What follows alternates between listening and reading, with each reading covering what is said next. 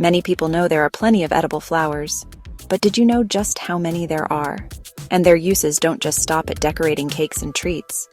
All sorts of flowers can be used in your food, savory and sweet.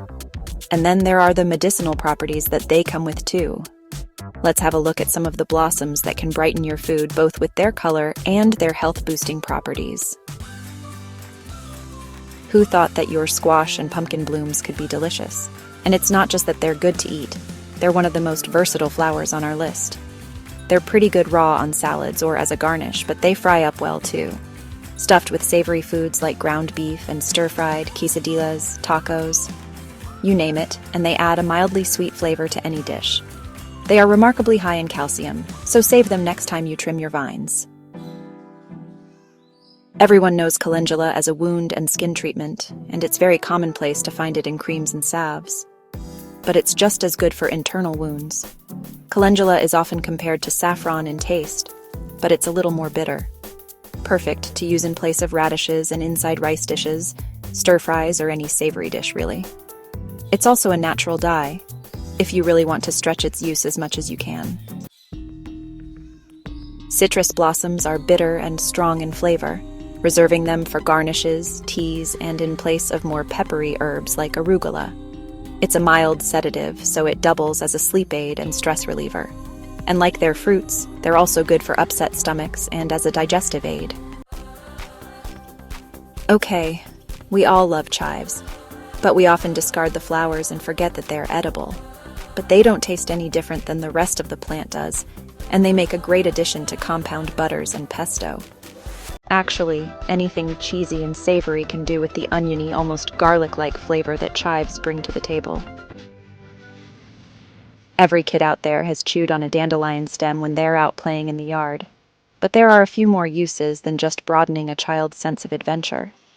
Slightly bitter, and even a little nutty, dandelions add some variation to otherwise bland dishes, just as they are. The roots have been used as a coffee substitute in the past.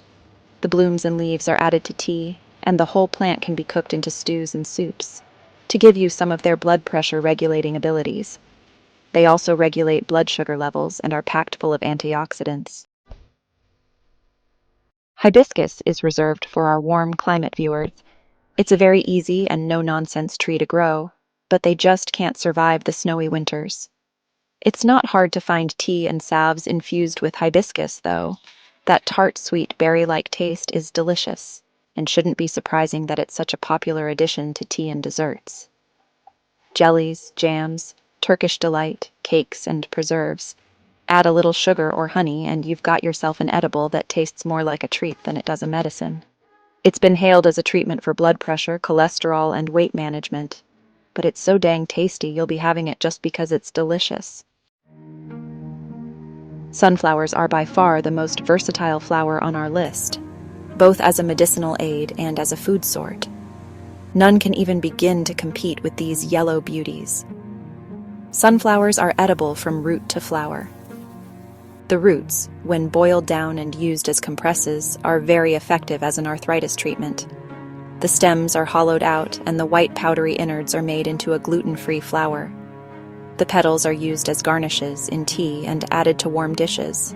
The seeds are eaten raw for their oil and added to stir-fries and stews. And the flesh under the seeds tastes like nutty mushrooms.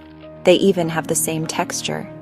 The nutritional value of sunflowers is enormous. They contain just about every vitamin and mineral under the sun. Back in the day, sunflowers were used to treat sores, wounds, and even snake and spider bites. In addition to other herbs, they were used to treat pain, both inside and out, and to alleviate the fevers that usually come with injuries and common colds and flus. Sunflowers should be a regular part of your diet anyway, so you might as well utilize the plant to its fullest extent. Nasturtiums are a staple for any gardener, great as a natural pest control and for health-boosting teas and in foods. They're so pretty you can never have enough of them. When using nasturtiums, use them in the same way you would arugula. They taste very much alike. Nasturtiums fight bacteria, viruses, fungi, and there's a good amount of scientific proof to give credence to their tumor-shrinking abilities. And you'll get a good helping of vitamin C just in time for those springtime sniffles. Besides their use in tea and as a garnish, nasturtiums go great in pesto and on pizza. It just adds that peppery touch that you need. Did you know that roses do more than just smell good? Rose concentrates were once one of the few available treatments for the Black Plague.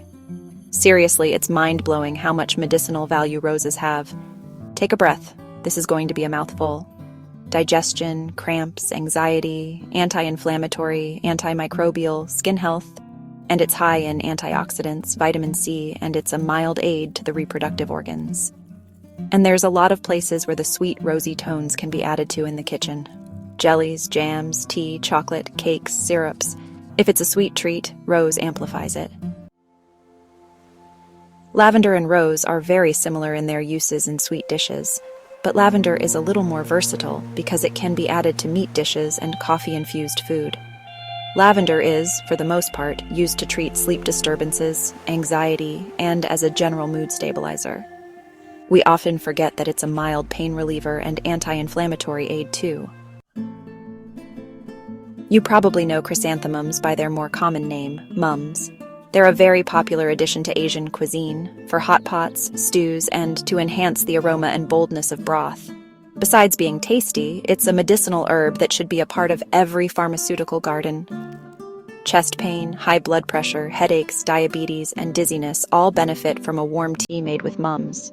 It encourages blood flow and general circulation of all of the body's fluids.